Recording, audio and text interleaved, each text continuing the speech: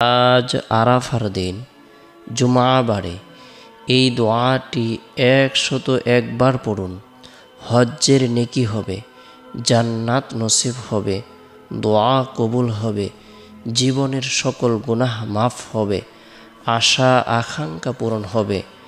আরাফার দিন বাৎসরিক সবচেয়ে ফজিলতপূর্ণ একটি দিন, মাহাত্ম্যপূর্ণ একটি দিন, তাৎপর্যপূর্ণ একটি দিন। এই দিনটি আল্লাহ তাআলার কাছে অনেক পছন্দনীয় একটি দিন। এই দিন আল্লাহ তাআলা অসংখ্য অগণিত নারী পুরুষদেরকে জাহান্নাম থেকে মুক্তি প্রদান করে থাকেন, তাদের দোয়াকে কবুল করেন। আল্লাহ তাআলা তাদের আশা আকাঙ্ক্ষাকে পূরণ করে দেন। আরাফার দিন বাৎসরিক সকল দিন থেকে শ্রেষ্ঠ একটি দিন, ফজিলতপূর্ণ একটি দিন।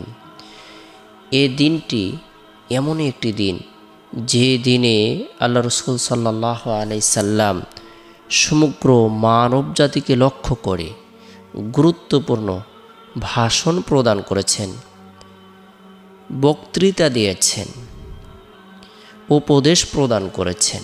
বিরত থাকবে জাহেলিয়াতে যুগের যত ধরনের অপকর্ম রয়েছে, খুন খারাপি, ছিনতাই ডাকাতি, সুদ ঘুষ, সব কিছু থেকে তোমরা বিরত থাকবে। আজ থেকে চিরদিনের জন্য ইসলামের পক্ষ থেকে এগুলোকে নিষেধ করা হলো।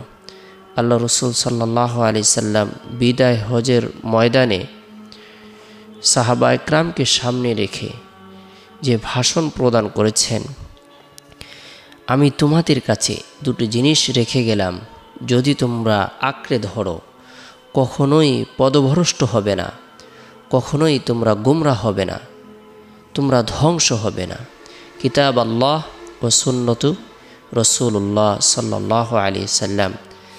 কিতাব এবং রাসূলুল্লাহ সাল্লাল্লাহু আলাইহি সাল্লামের সুন্নাহকে কোনো ব্যক্তি যদি আঁকড়ে ধরে, আল্লাহ তাআলা তাকে ব্যক্তি জীবনে শান্তি প্রদান করবেন, পারিবারিক জীবনে শান্তি প্রদান করবেন, সামাজিক জীবনে আল্লাহ তাআলা শান্তি প্রদান করবেন।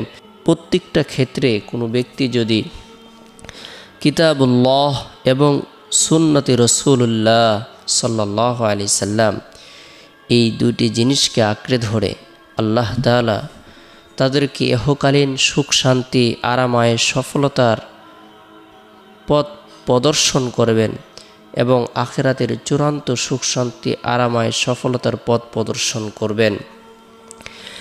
এই দিন হলো হজ্জের দিন।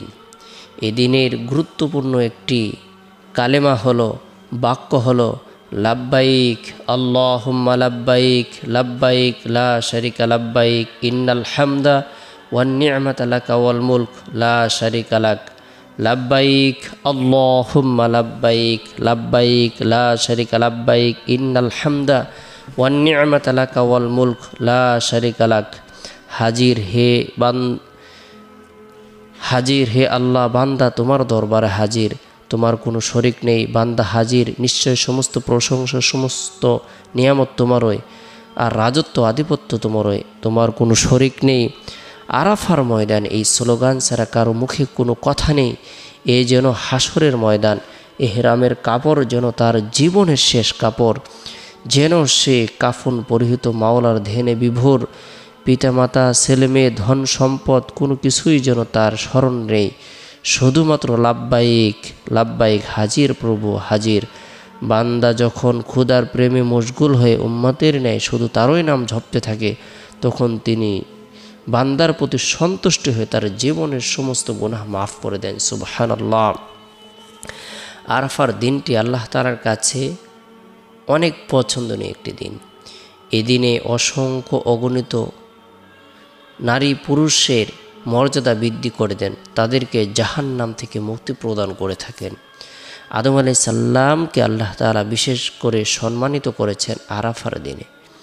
আরাফার ময়দানে হাজী সাহেবগণ যদি সামান্য কিছু সময় অবস্থান করেন, তাহলে তার হজ সম্পূর্ণ হবে। সুবহানাল্লাহ।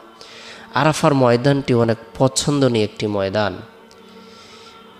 আল্লাহ তাআলার পক্ষ থেকে এ আরাফার ময়দানটি এমনই একটি ময়দান, যে ময়দানের মধ্যে আল্লাহ তাআলা তার খাস রহমত বর্ষণ করেন।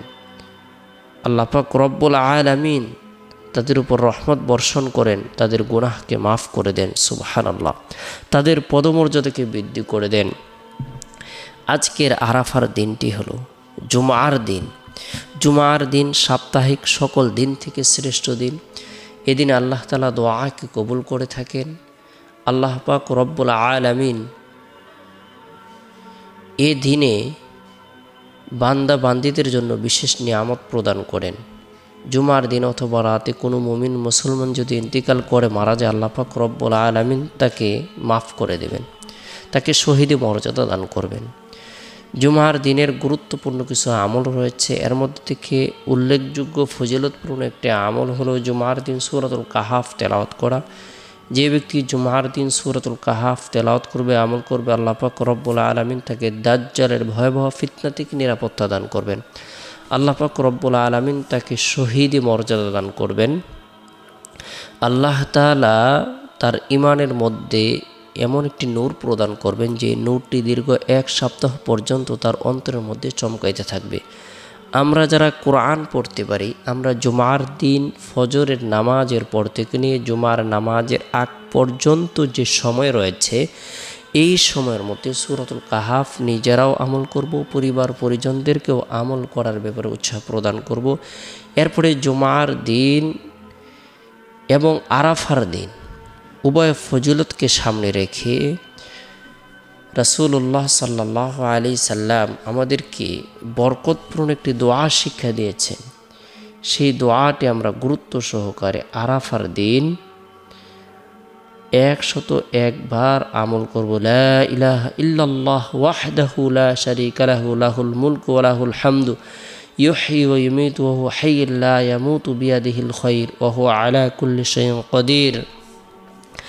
لا إله إلا الله وحده لا شريك له له الملك وله الحمد يحيي ويميت وهو حي لا يموت بيده الخير وهو على كل شيء قدير।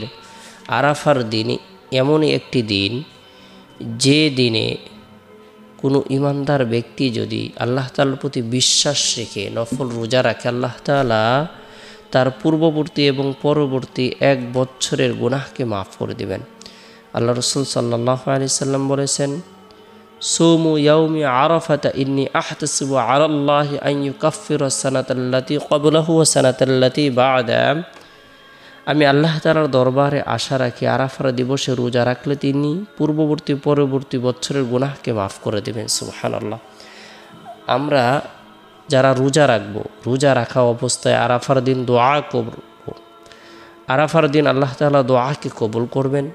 আবার জুমার দিন সাপ্তাহিক শ্রেষ্ঠ দিন, তাই আমরা উভয় ফজিলতকে সামনে রেখে বিশেষ করে জুমার দিনের গুরুত্বপূর্ণ যে আমলগুলো রয়েছে সেগুলো করার জন্য চেষ্টা করব। জুমার দিনের আরেক